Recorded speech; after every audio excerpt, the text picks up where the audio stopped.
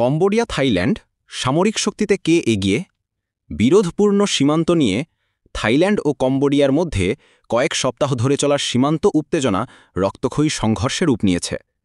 বৃহস্পতিবার ২৪ জুলাই সকাল থেকে দুই দেশ পাল্টাপাল্টি হামলা শুরু করেছে। আন্তর্জাতিক সংবাদ মাধ্যমগুলো বলছে, কম্বোডিয়ার সামরিক স্থাপনায় F-16 যুদ্ধবিমান ব্যবহার করে হামলা চালিয়েছে থাইল্যান্ড।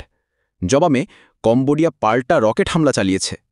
সংঘাতে কমপক্ষে ১২ জনের মৃত্যু হয়েছে বলে থাই কর্তৃপক্ষ জানিয়েছে।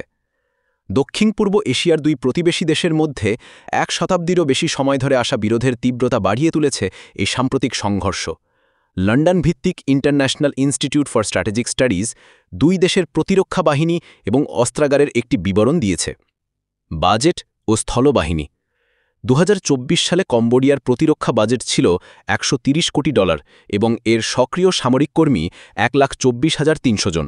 ১৯৯৩ সালে দেশটির সাবেক কমিউনিস্ট সামরিক বাহিনী এবং দুইটি অন্যান্য প্রতিরোধ বাহিনীর একীভূতকরণের মাধ্যমে সশস্ত্র বাহিনী প্রতিষ্ঠিত হয়েছিল। এর মধ্যে কম্বোডিয়ার সেনাবাহিনীর সদস্য সংখ্যা ৭৫,০০০। সেনাবাহিনীর কাছে ২০০টির অধিক যুদ্ধ ট্যাঙ্ক এবং প্রায় ৪৮০টি কামান রয়েছে। অপরদিকে থাইল্যান্ডকে ন্যাটো জোটের বাইরের মিত্র হিসেবে বিবেচনা করে মার্কিন যুক্তরাষ্ট্র। ২০২৪ সালে থাইল্যান্ডের প্রতিরক্ষা বাজেট ছিল $৫,৭৩০ কোটি। দেশটির সক্রিয় সামরিক কর্মীর সদস্য সংখ্যা ৩,৬০,০০০-এরও বেশি। এদের মধ্যে থাই সেনাবাহিনীতে মোট ২,৪৫,০০০ কর্মী রয়েছে। সেনাবাহিনীর প্রায় ৪০০টি যুদ্ধ ট্যাঙ্ক, ১২০০টিরও বেশি সাঁওয়া এবং প্রায় ২,৬০০টি কামান রয়েছে। বিমান বাহিনী কম্বোডিয়ার বিমান বাহিনীতে ১,৫০০ জন কর্মী রয়েছে।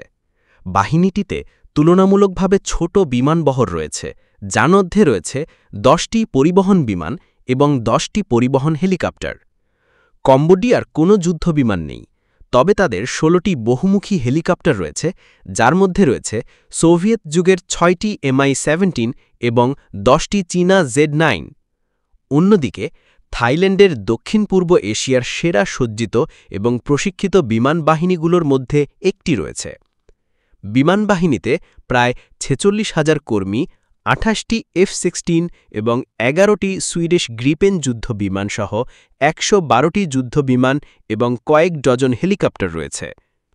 নৌবাহিনী কম্বোডিয়ার নৌবাহিনীর প্রায় ২,৮০০ কর্মী রয়েছে। দেশটির ১৩টি টহল এবং উপকূলীয় যুদ্ধজাহাজ এবং একটি উভচর জাহাজ রয়েছে। অপরদিকে থাইল্যান্ডের নৌবাহিনীতে প্রায় ৭০,০০০ কর্মী রয়েছে। দেশটির একটি বিমানবাহী রণতরী, ৭টি ফ্রিগেট এবং ৬৮টি টহল ও উপকূলীয় যুদ্ধজাহাজ রয়েছে। থাই নৌবহরে কিছু উভচর জাহাজও রয়েছে। থাইল্যান্ডের নৌ বিমান বিভাগের নিজস্ব বিমানবহর রয়েছে, যার মধ্যে হেলিকপ্টার এবং UAV রয়েছে। এছাড়াও একটি মেরিন কর্পস রয়েছে, যার ২৩,০০০ কর্মী রয়েছে এবং তাদের সমর্থনে কয়েক ডজন সশস্ত্র যুদ্ধযান রয়েছে।